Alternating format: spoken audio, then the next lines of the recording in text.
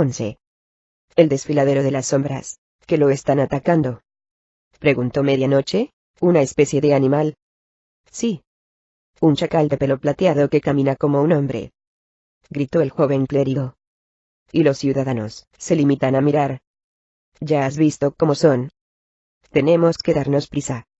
Kelembor también es un animal. ¿Kelembor es qué? Exclamó Medianoche. La explicación de Adon sobre los acontecimientos que había observado no tenía ningún sentido ni para Medianoche ni para Kirik. El pánico había echado por tierra su habitual destreza para incluir pasajes descriptivos en su narrativa, y, por más que el clérigo trataba repetidamente de transmitir lo que había visto, solo se entendían fragmentos espeluznantes de la historia. Los héroes corrieron escaleras abajo y salieron de la posada. Kirik, que había recibido una extraña, pero positiva, visita de Rullegond, cortó los cabestros de los caballos con la espada y los tres salieron a todo galope de los establos. Kirik en el de Kelembor y Adon con Medianoche. Las indicaciones del clérigo apenas serán necesarias, pues la pelea parecía haber despertado a toda la población de Tilberton. Hombres, mujeres y niños se dirigían en tropel al callejón. Medianoche ordenó a Adon que se ocupase de los caballos, y Kirik cogió su arco y un buen surtido de flechas de una de las aljabas que colgaban del caballo de Kelembor. Se abrieron paso a empujones a través de la muchedumbre. Antes de que una pareja de ancianos se apartase y dejase al descubierto lo que estaba ocurriendo en el callejón, Kirik había mirado al suelo, y había visto un charco de sangre que se extendía por el empedrado gris. Luego levantó la vista, y se quedó atónito ante la extraña escena que tenía delante. El hombre chacal yacía destripado en medio del callejón, estremeciéndose por aferrarse a la vida, si bien era evidente que la muerte no tardaría en llevárselo. Una pantera negra, en cambio, se paseaba ruidosamente de arriba abajo, y se detenía de vez en cuando para lamer uno de los muchos charcos de sangre que salían del animal agonizante. La mujer que Adon había tratado de describir también estaba allí, salpicada de sangre. Estaba encogida, apoyada contra la pared, y sollozaba. Tenía las rodillas dobladas a la altura de su pecho, y miraba a través de ellas a la pantera herida, como se acercaba a cada círculo que daba alrededor de su aterrorizada presa. Kirik apuntó una flecha, ajeno al grito de Medianoche. Cuando Kirik tensó el arco y las pequeñas vibraciones producidas por la flecha al rozar, llenaron los oídos del hombre moreno, todos los ruidos parecieron desvanecerse.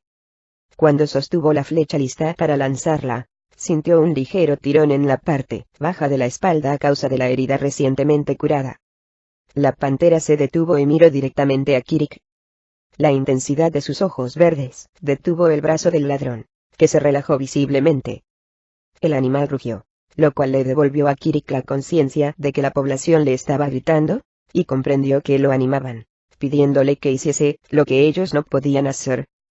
Medianoche no se atrevía a moverse, por temor de que, ante la sorpresa, Kirik lanzase la flecha. Supo la verdad apenas posó la mirada en la pantera. Adon había aparecido junto a ella, para luego deslizarse por delante, y dirigirse al muro donde estaba la muchacha, a la cual arrastró hasta la parte más alejada de la muchedumbre. La pantera ignoró los movimientos del joven clérigo. Quiero comprender, pensó Medianoche. Maldita sea, mírame. Pero el animal solo tenía ojos para su posible verdugo. Sin que nadie se percatase de ello, el chacal exhaló su último suspiro.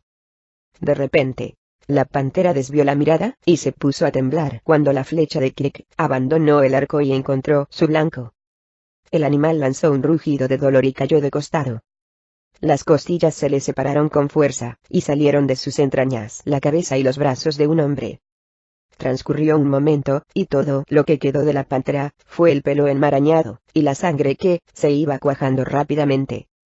Kelembor estaba tumbado en el callejón, desnudo y cubierto de sangre. Tenía una gran mata de pelo negro que le caía sobre el rostro cuando trató de ponerse de pie. Luego se desplomó boca abajo con un gruñido. «¡Matad a esa cosa!», gritó alguien. A través de una neblina, Kelembor levantó la vista y vio a Filana, una de las mujeres a quien había salvado, de pie junto a él. A la luz del sol su pelo rojo parecía estar ardiendo. «¡Matad a esa cosa!». Kelembor la miró al rostro y encontró solo odio. Sí, pensó. «¡Matad a esa cosa!». se adelantaron unos cuantos ciudadanos, envalentonados por los gritos de Filana. Uno encontró un ladrillo que se había desprendido durante la lucha entre Clembor y Torrence, y lo levantó sobre su cabeza. Otros siguieron su ejemplo. Crick se precipitó con el arco todavía preparado. «Deteneos», gritó. Los plebeyos así lo hicieron. «¿Quién quiere morir el primero?» Las amenazas de Crick no conmovieron a Filana. «Matadlo», gritó. Adon, que estaba junto a la muchacha herida, se puso en pie. «No ha sido este hombre quien ha arrebatado la vida de tu gente. Esta muchacha estaría muerta, la habría asesinado aquella cosa abominable de no haber sido por este hombre». Medianoche se acercó a Filana. «El clérigo tiene razón. Dejadlo en paz. Ya ha sufrido bastante». La maga hizo una pausa. «Además, el que de entre vosotros quiera hacerle daño tendrá que pasar por encima de nuestros cadáveres. Y ahora, idos a casa». Los plebeyos vacilaron. «Idos», gritó Medianoche, y la gente soltó los ladrillos, se dio media vuelta y empezó a alejarse. Sin embargo, Clembor había visto sus rostros, y la total repulsión que había en ellos. Filana miró al guerrero, y vio que el gris volvía a su pelo y las pequeñas arrugas a su rostro. «Eres impuro», dijo, y su odio irradiaba de ella como un sol deslumbrante a mediodía. «Estás maldito. Márchate de Tilberton. Tu presencia no es deseada aquí, es una ofensa». Luego la sacerdotisa se volvió, y se acercó a la asustada muchacha, el banquete que Torrence deseaba. «Vete con tu compañero», le dijo a Adon mientras tomaba a la muchacha en sus brazos. «Tú tampoco eres bienvenido aquí».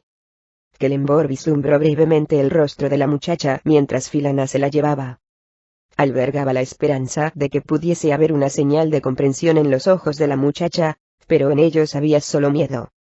El guerrero volvió a dejarse caer al suelo, con el rostro a solo unos centímetros del charco de sangre por él derramada. Cerró los ojos, y esperó a que los últimos espectadores, antes sus aliados, se hubiesen marchado del callejón. «Está bien», quiso saber Crick. Clembor se sentía confuso. Resonaron las botas de Crick cada vez más fuerte. «No lo sé», contestó Medianoche para luego agacharse junto al guerrero, y tocarle la espalda. Clembor cerró los ojos con todas sus fuerzas. No podía soportar la idea de ver el asco y el miedo de los plebeyos en los ojos de sus amigos. «Mírame», ordenó Medianoche severamente. «Tienes una deuda conmigo por haberte salvado. Mírame». Clembor se sobresaltó cuando notó que alguien desplegaba una sábana, y la ponía suavemente sobre él. Levantó la vista, y vio a Adon, que colocaba las sábanas sobre su espalda. Clembor se envolvió en ella, y se puso en cuclillas. Medianoche y Crick estaban junto a él. En sus ojos había inquietud. «Nada más. Mi armadura y la cota de malla están arriba. Voy a buscarlas», se ofreció Crick. Caminó lentamente, pues el costado le dolía todavía después de haber sostenido el arco tenso tanto rato. Clembor escudriñó el rostro de Medianoche. «¿No sientes repugnancia por lo que has visto?» Medianoche le tocó el rostro. «¿Por qué no nos lo contaste?» «Nunca se lo había dicho a nadie». Crick volvió con los bártulos de Clembor, y los dejó junto a él. Luego hizo un gesto en dirección a Adon. «Vigilaremos mientras te vistes. Tenemos un largo camino por delante, y sería mejor recorrerlo, con el sol sobre nuestras cabezas, y no a nuestras espaldas». Adon montó guardia en el extremo del callejón mientras Crick volvía por donde habían llegado, y esperaba junto a los caballos. Clembor agachó la cabeza, y Medianoche le acarició el pelo. «Ariel», dijo él suavemente.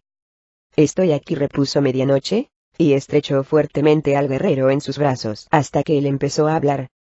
Una vez comenzado el relato, Clembor descubrió que no podría parar hasta que la deuda de confianza que tenía con Medianoche quedase saldada. La familia de Clembor había sido víctima de la maldición de los Jonesbane desde hacía generaciones. Kyle Jonesbane fue el primero, y el único de los Jonesbane que recibió la maldición debido a sus propias acciones. Sus descendientes la padecieron a causa de su sangre infecta, y a pesar de no haber cometido ninguna falta propia. Kyle fue conocido como la quinta esencia del mercenario.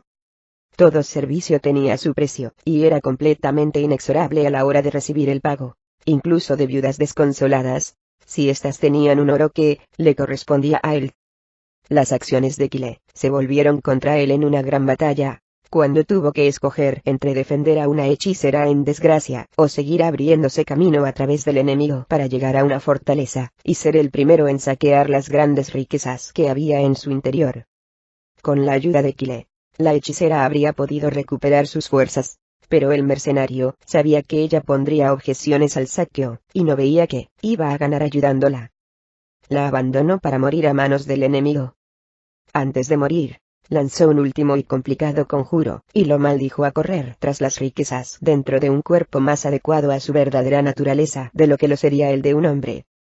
Cuando Kyle llegó a la fortaleza, y trató de apoderarse de su parte de oro, se sintió de pronto muy débil.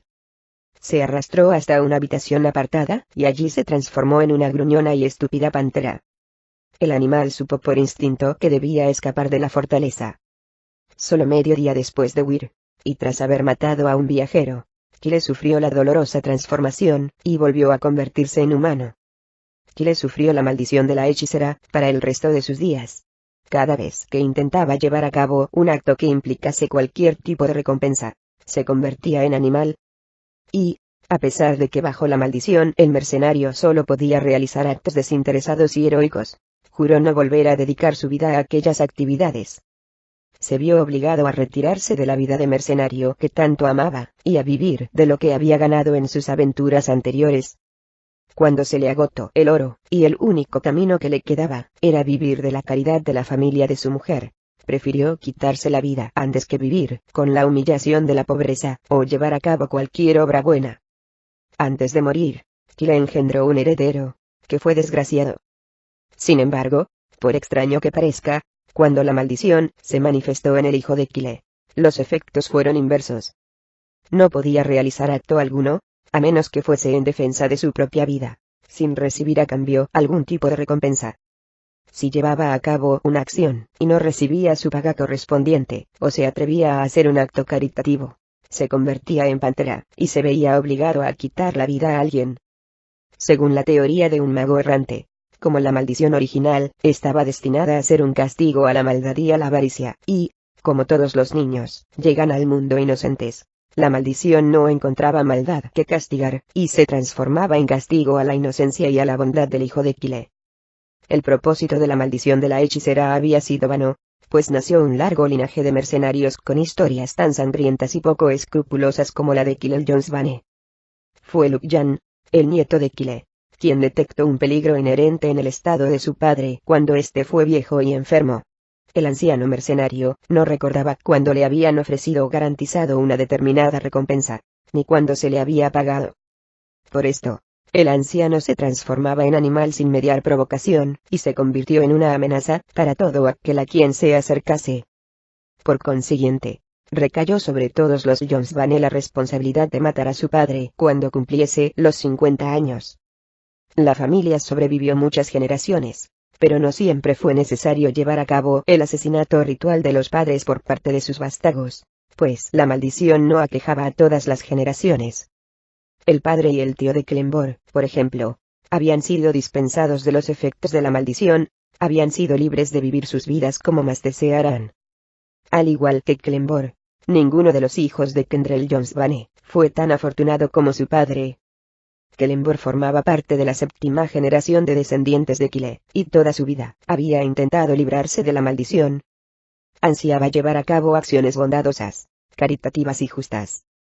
Pero los años habían ido pasando para el guerrero, sin esperanza de curación, ninguna esperanza de redención. El único camino, y ensangrentado, que tenía ante era seguir sirviendo como mercenario, y ser pagado por ello. Clembor terminó su relato, y esperó la reacción de medianoche. Mientras hablaba, ella había permanecido en silencio acariciándolo suavemente. Encontraremos una forma de curarte, dijo medianoche por fin. Clembor la miró a los ojos. Había una mezcla de compasión y pesar. ¿Quieres venir conmigo al Valle de las Sombras?, preguntó medianoche, sin dejar de acariciar el rostro de Clembor. Te ofrezco una bonita recompensa. El guerrero no pudo apartar la mirada. Tengo que saber lo que me ofreces. Te ofrezco mi amor. Kelemvor tocó sus manos. Siendo así, iré contigo, dijo, para luego estrecharla contra sí. Mientras Kelemvor y sus compañeros se dirigían a caballo a la botella en alto, Kirik se paró unas cuantas veces a reunir lo necesario para su viaje al Valle de las Sombras.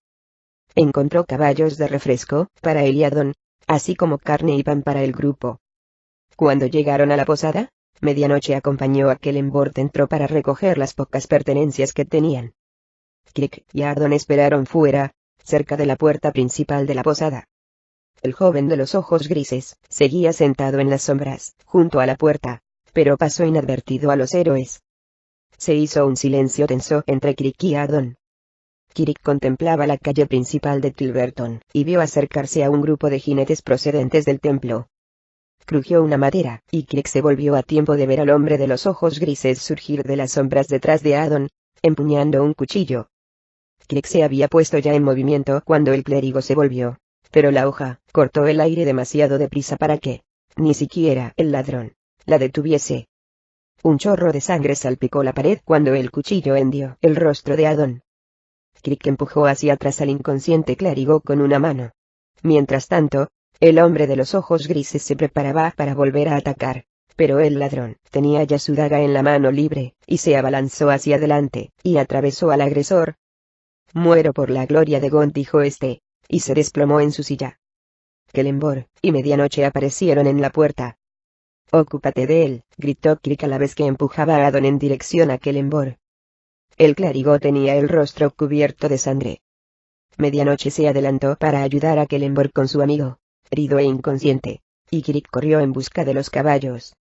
El hombre de los ojos grises estaba reclinado contra el resplandor de la silla, y se apretaba el estómago. «Filana ya nos lo advirtió», dijo señalando a Kelemvor. «Nos dijo que Lord Gond había introducido un monstruo entre nosotros para ponernos a prueba. Solo matándolo podremos probar que somos dignos de la presencia de Lord Gond, el hacedor de milagros». El hombre se dejó caer pesadamente de la silla, y se desplomó sobre las rodillas, con la espalda contra la pared. Kirik miró hacia la calle. Los jinetes del templo se acercaban, y llegarían a su altura al cabo de muy poco tiempo. «Tenemos que marcharnos», Kel dijo a la vez que daba la espalda al templo de Gond con su caballo, y se alejaba en dirección a la carretera del norte que conducía al Valle de las Sombras. Con una agilidad fruto de la desesperación, Kelemvor se cargó a Adon a la espalda, y montó sobre su caballo. Medianoche, mientras corría hacia el suyo, recogió las pertenencias del clérigo. Los héroes tenían todavía a los ciudadanos en sus talones cuando llegaron a la carretera, y tomaron rumbo a las tierras de piedra. Los héroes cabalgaron hasta muy entrada la noche, sin que sus perseguidores se distanciaran, en ningún momento. El plan de Kelemvor era sencillo. Los jinetes no estaban preparados para un largo viaje, y, por consiguiente, tendrían que detenerse o dar media vuelta en un momento u otro. Librarse de los perseguidores era solo cuestión de resistencia. Estaba amaneciendo y una considerable distancia los separaba ya de los rendidos jinetes de Tilberton, cuando los héroes llegaron a un pequeño lago, cerca de las montañas del desfiladero de las sombras. El agua estaba rodeada por unos cuantos árboles, cansados centinelas que anhelaban poder llegar abajo y refrescarse en las cristalinas aguas. Kelemvor, a pesar de que el agua fría lo tentaba en extremo, sabía que el grupo no podía permitirse el lujo de parar. Mientras rodeaban el lago, el guerrero confió en que la fuerza de voluntad de sus perseguidores no fuese tan fuerte como la suya. Minutos después, los héroes lanzaron gritos de entusiasmo cuando vieron que Filana y los adoradores de Gond se detenían junto al lago. Y, aun cuando estaban ahora a una considerable distancia de Tilberton, y muy cansados, los héroes prosiguieron su camino hasta que el sol estuvo alto en el azul del cielo. Para entonces, hacía casi 2 horas que sus perseguidores no daban señales de vida. Separaron el tiempo suficiente para comer y beber, pero no había ni que hablar de dormir. Mientras Kirik y Kelemvor comían y atendían a los caballos, Medianoche examinó a Adon y tuvo tiempo de cubrir su herida. Había perdido mucha sangre durante la cabalgada, y estaba todavía inconsciente, pero la maga pensó que viviría para ver la torre inclinada del Valle de las Sombras. Sin embargo, cuando los héroes estuvieron preparados para partir y Adon fue aupado al caballo de Kelemvor, Medianoche se preguntó si no sería preferible para el clérigo no volver a despertarse. A medida que el día avanzaba, los héroes se acercaban cada vez más al desfiladero de las sombras. A mediodía, aparecieron, espectrales, los enormes bloques de granito que formaban la cordillera gris del desfiladero, mientras la luz bañaba el valle entre las estribaciones opuestas, y hacía que los héroes se preguntasen de dónde le venía su nombre al lugar. Pero a medida que iba avanzando la tarde y los héroes se aproximaban a las montañas, no tardaron en comprender que el nombre del desfiladero era más que apropiado. Cuando el sol se desplazó hacia el oeste y los macizos picos del desfiladero de las sombras empezaron a bloquear la luz en cada recodo, un velo de oscuridad fue cubriendo el camino. Mucho antes de que cayese la noche, los héroes tuvieron la sensación de haber estado viajando con una manta de aire frío y suave sobre ellos, a pesar de que el sol calentaba las tierras de piedra al sur del desfiladero y las montañas de la boca del desierto. Sin embargo, los héroes siguieron avanzando, hasta que, a la media luz del momento antes de caer la noche sobre las tierras de piedra, al suelo empezó a hacer ruidos extraños. Al principio, Kelenborg no dio mayor importancia a aquellos temblores, considerando que no serían más que desprendimientos subterráneos de piedras, o, tal vez, que la tierra se estaba asentando después de la lluvia que había calado recientemente la zona. Pero al cabo de un momento las montañas que rodeaban el desfiladero de las sombras empezaron a moverse. En un principio, Medianoche pensó que era la falta de sueño lo que hacía que sus sentidos la traicionasen, pero no tardó en ver que la estribación del oeste se volvía lentamente hacia ella. Al este caían de los riscos enormes rocas que se estrellaban contra los árboles. Se estrellaban o los arrancaban. La tierra temblaba bajo los héroes, y los caballos piafaban asustados. El estruendo se hacía cada vez más ensordecedor, y las rocas desprendidas no tardaron en acercarse, yendo a estrellarse contra los árboles que flanqueaban el camino que atravesaba el desfiladero de las sombras. Poco a poco el camino se fue cerrando, y los héroes vieron al nordeste nuevas montañas que se alzaban del suelo. «Tenemos que pasar», gritó Kelenborg, espoleando con sus talones los flancos de su caballo. «Adelante». Cuando el guerrero, seguido de Kirik y Medianoche, empezó a bajar velozmente por el cada vez más estrecho camino, se puso claramente de manifiesto que las dos estribaciones se estaban moviendo, acortando la distancia y cerrando el desfiladero. El caos proseguía, y a su alrededor se precipitaban rocas y piedras que arrancaban los árboles y elevaban nubes de polvo y tierra. Al cabo de un rato, los aventureros ya no podían ver más que unos cuantos metros delante de sí, pero tenían que seguir cabalgando tan rápidamente como pudieran. Apresurándose para llegar al otro lado del desfiladero, corrían el riesgo de ser alcanzados por una roca, pero si aminoraban la marcha y cabalgaban cautelosamente, acabarían siendo aplastados por las montañas que se iban acercando. Luego, mientras los héroes se abrían paso entre el montón de piedras que caía, volvió a desencadenarse el caos de la naturaleza. El caballo de Medianoche fue el primero en percibirlo, y, a pesar de los esfuerzos de la maga para que le obedeciera, se encabritó y retrocedió bruscamente. Las nubes que los envolvieron de repente tenían un color ámbar oscuro, y tuvieron que cubrirse la nariz y la boca para no inhalar los gases producidos por la niebla. Cuando no tenían más remedio que respirar, los espesos y trepidantes grumos que inhalaban los héroes les quemaban de forma horrible. Allí donde se volviesen, estaba la niebla. También a los caballos les costaba respirar, pero, aunque jadeando y resollando, siguieron adelante. En medio de aquel aire denso y viciado, los héroes apenas veían por dónde estaban pasando. Afortunadamente aparecieron las nieblas y las montañas dejaron de moverse. Kirik sabía que era un milagro que hubiesen sobrevivido hasta aquel punto. Pero si los picos empezaban a desplazarse de nuevo, los aventureros acabarían enterrados en un río de tierra desplazada, rocas y árboles mucho antes de que pudiesen salir del desfiladero. «Será mejor que paremos un momento», dijo Medianoche tosiendo secamente. «Así podremos comprobar nuestra posición y asegurarnos de que vamos en la dirección adecuada». Sí, asintió Kelenborg. «Parece no haber peligro por el momento». Los héroes se detuvieron y dejaron descansar a los caballos un momento. Escudriñaron la niebla en busca de algún punto reconocible, algo que los guiase al norte a través de toda aquella desolación. pero como la niebla era demasiado densa, y se estaba haciendo de noche, tuvieron que dejarse llevar por la intuición de Kirik. Yo creo que estamos en la dirección correcta, dijo el ladrón, mientras los héroes montaban, y se disponían a proseguir la marcha. No tenemos más elección que seguir lo que creemos que es el camino que cruza el desfiladero. Medianoche se rió. Esto funcionó en aquel extraño bosque a las afueras de Arabel. Kirik y Kelenbor fruncieron el entrecejo, y se disponían a hincar las espuelas en sus caballos para ponerse en marcha, cuando Medianoche lanzó un grito.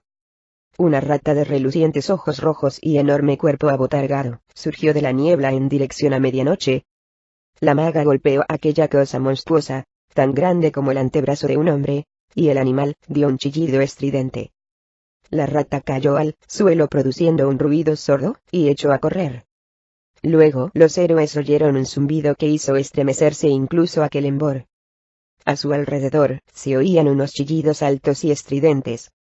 Los gritos resonaban en las rocas y los aventureros sintieron que un escalofrío recorría su columna vertebral. Cuando la primera horda de ratas gigantes atravesó la niebla, Kirik pensó que debía de haber como mínimo 200. El caballo de Kelenbor retrocedió, y poco faltó para que Adon cayese al suelo. «Poneos detrás de mí», gritó Medianoche. De pronto apareció un escudo azul y blanco que rodeó a los héroes y desvió los cuerpos de las ratas. Kelenbor trató de mantener firme su caballo dentro del escudo. ¿No te parece que es un poco arriesgado lanzar un hechizo? Quiero decir que podías haber convertido a todas las ratas en unos agresivos elefantes, o en alguna otra cosa. Si tanto te molesta, Kel, podemos decirle a Medianoche que suelte el escudo, dijo Kirik. El guerrero guardó silencio, y Medianoche sonrió, aunque sin volverse para mirar a sus compañeros, concentrada como estaba en sostener el escudo en alto mientras rata tras rata rebotaba en la barrera mágica. Kirik observaba a las ratas correr a su alrededor. No parecen tener un interés particular en atacarnos, comentó. Me pregunto si no estarán huyendo de algo, o si el terremoto no habrá destruido sus madrigueras. Apenas la última rata salió huyendo, el escudo se rompió como si fuese un espejo golpeado con un martillo, y los fragmentos rotos se desvanecieron en el aire. Creo que deberíamos marcharnos inmediatamente, dijo Kelenbor, y los caballos empezaron a abrirse paso entre los árboles y piedras que habían caído. Aquella noche estuvieron cabalgando durante horas y horas, pero sin que la niebla diese muestras de querer remitir. Kelenbor sentía un malestar creciente en la boca del estómago, sin duda causado por el aire amargo. Estaba débil y cansado, y, aunque nunca se ponía enfermo, pasó varias veces por su mente la idea de que ahora iba a ocurrirle. Las rocas que tenían delante parecían moverse ligeramente, de vez en cuando, pero Kelenbor se había acostumbrado tanto a aquellos ruidos que se había vuelto sordo al estruendo que producían las montañas al desplazarse y acercarse. Sin embargo, la niebla se hizo finalmente menos densa, y los héroes se animaron cuando descubrieron que respiraban con mayor facilidad. También el camino se iba despejando. Después de caminar, guiando los caballos más de 1,5 kilómetros a través de terreno resquebrajado y rocoso, y de suelo movedizo, los héroes pudieron volver a montar. Adon fue trasladado al caballo de Medianoche y Kelenbor puso el suyo al galope, y se adelantó a reconocer el terreno. La niebla se fue apartando, y el guerrero pudo volver a respirar aire fresco y limpio. En aquella alejada zona del norte, las montañas no habían arrojado rocas y daba la impresión de que estaban fuera de peligro. Sin embargo, la tierra que estaba al norte de lo que había sido el desfiladero de las sombras había cambiado. Ahora era extraña y hermosa. El camino tenía un brillo blanco, y serpenteaba hacia el norte a lo largo de algunos kilómetros. Luego desaparecía en las estribaciones dentadas de una hermosa sierra que parecía estar hecha enteramente de vidrio. Cuando Kelenbor contemplaba las extrañas montañas al nordeste, Kirik y Medianoche llegaron a su altura. ¿Dónde estamos?, preguntó Kirik para luego detenerse y desmontar. No recordaba que hubiese ninguna montaña de cristal en los reinos. Creo que estas montañas son nuevas. Hemos tomado la dirección correcta. Ahora estamos al norte del desfiladero de las sombras, dijo el guerrero. Luego señaló al oeste. Aquellas son las montañas de la boca del desierto, y lo que hay al norte, delante de nosotros, es el bosque del nido de arañas. Entonces estamos atrapados. exclamó Medianoche dejando caer la cabeza. No podemos atravesar ese bosque, y está en nuestro camino. Los héroes guardaron silencio un momento. Pues vamos a tener que cruzar el bosque, dijo Kirk por fin. Lo seguro es que no podemos volver por donde hemos venido. De modo que no tenemos otra elección, a menos que, claro está, Medianoche tenga a bien llevarnos, volando por encima de las montañas en su escoba. De todas formas, aunque tuviese una, probablemente no funcionaría bien, dijo Clembor, y luego empezó a encaminarse hacia el bosque. Cuando los héroes se acercaban ya, algo se movió en los árboles, algo del tamaño de un caballo, con 8 patas de araña, y unos glaciales ojos azules. Mientras Medianoche y Clembor observaban atónitos los relucientes ojos del bosque, Kirk se volvió para echar una última ojeada al desfiladero de las sombras. De la niebla, estaba surgiendo un grupo de jinetes. Los jinetes de Tilberton, gritó Kirk. Medianoche buscó un lugar por donde escapar.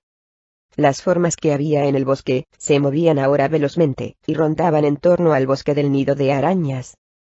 Medianoche desmontó, y se plantó en el camino de los jinetes que se acercaban.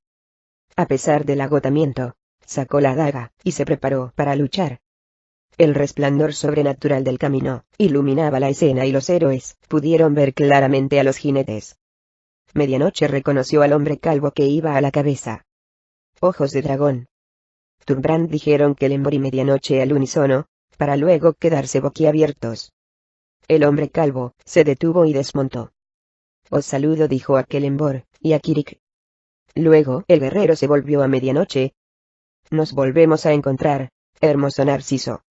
¿Cómo habéis cruzado el desfiladero de las sombras?, preguntó Clembor a la vez que desenvainaba su espada.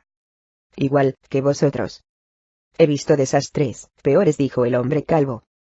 Claro que, para cuando llegamos nosotros, las montañas habían dejado de moverse. No ha sido tan duro.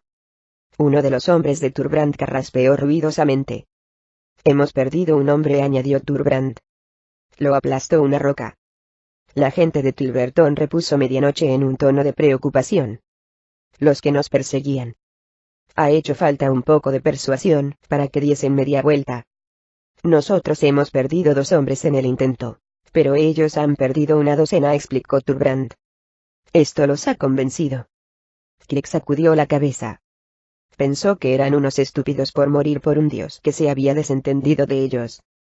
Por cierto, prosiguió Thorbrand, por el camino nos hemos enterado de que ha salido de Sentilkeep un escuadrón de asesinos para acabar con vuestro grupo. Se trata de las fuerzas de élite de Bane, adiestradas prácticamente desde que nacieron. Kirk respiró hondo. Llevan unas armaduras de color grueso y la piel blanqueada. Asimismo, ostentan el símbolo de Bane pintado en negro en sus rostros. El ladrón se estremeció. Estuve a punto de ser vendido a su orden cuando era niño. Si nos encuentran, no tardaremos mucho en ser cadáveres. ¿Y bien?, quiso saber Medianoche. Thorbrand examinaba a los viajeros. Lleváis un herido. Antes de nada habría que atenderlo. Y supongo que no habéis ni comido ni dormido desde hace bastante tiempo. Pero, ¿qué pasa con los asesinos?, preguntó Clembor lanzando ansiosas miradas en dirección al desfiladero que tenía detrás. Podríamos esperarlos, propuso Thorbrand, para luego volverse a indicar a sus hombres que se acercasen.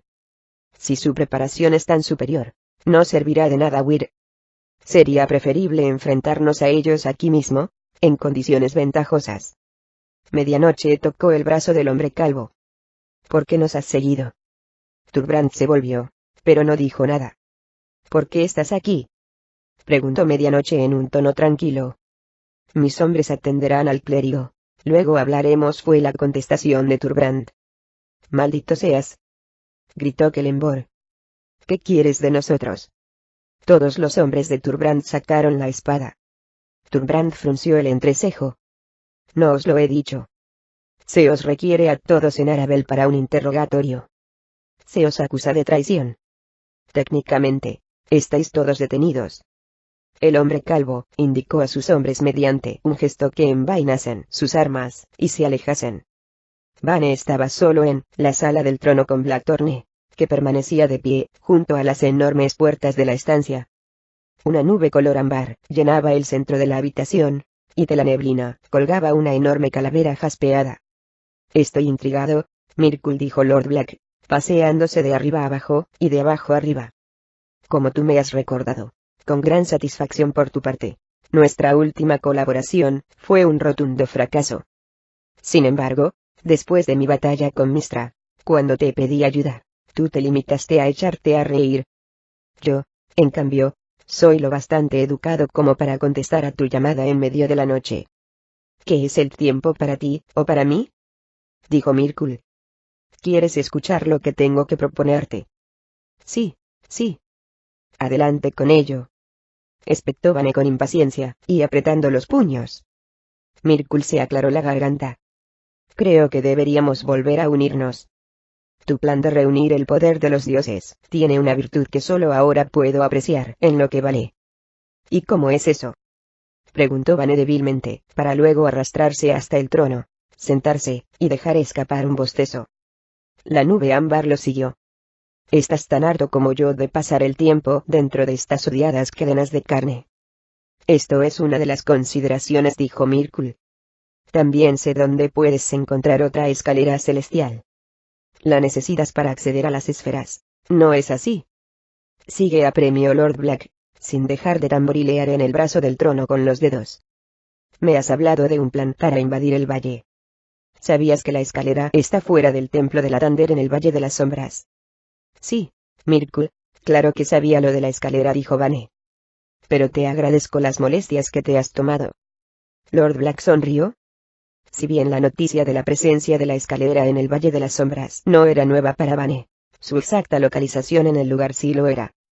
Por supuesto, a Vane jamás se le ocurriría dejar entrever al Señor de los Huesos que había desvelado una información de considerable valor. La calavera espectral cerró los ojos. ¿Cómo puedo compensarte por mis fallos como aliado, Vane?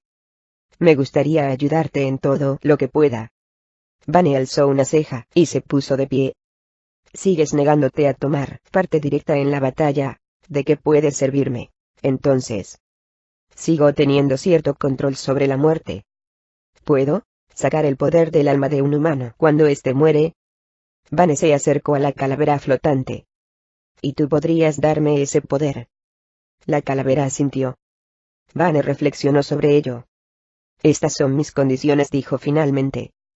Recogerás las almas de todos los que mueran en la batalla y trasegarás sus energías dentro de mí. ¿Qué más?, quiso saber Myrkul. Estarás preparado para unirte a mí en el asalto a las esferas. Cuando llegue el momento de subir la escalera, tú estarás a mi lado. Primero mandaremos a aquellos de mis seguidores que hayan sobrevivido a la batalla, para que ataquen al dios de los guardianes. Cuando él mate a los humanos, no estará haciendo más que alimentar mi poder, debilitarse y acelerar su propia destrucción. No había expresión alguna en la calavera de la neblina. Al cabo de un momento, Myrkul asintió. Sí. Juntos volveremos a recuperar las esferas y luego, quizás, usurpemos el trono del poderoso Ao. Vane levantó el puño. Quizá, no, Myrkul. ¿Destruiremos a Lord Ao? La nube ámbar se disipó, y Lord Myrkul desapareció. Vane fue hasta el último lugar donde se había cernido la calavera. En cuanto a ti, Myrkul, seremos aliados solo mientras nos sea ventajoso. Vane se rió. Las ceremonias que Myrkul tendría que llevar a cabo para investir a Vane con el poder que había exigido agotarían al Lord de los Huesos, y a la mayoría de sus sumos sacerdotes. Cuando llegase el momento de subir la escalera, Myrkul dependería de la fuerza de Vane. Seguro que no se esperaría la traición que planeaba Vane. Blackthorne, gritó Vane. Prepárame mis aposentos. El emisario pasó corriendo por delante de Lord Black. Creo que esta noche voy a dormir muy bien.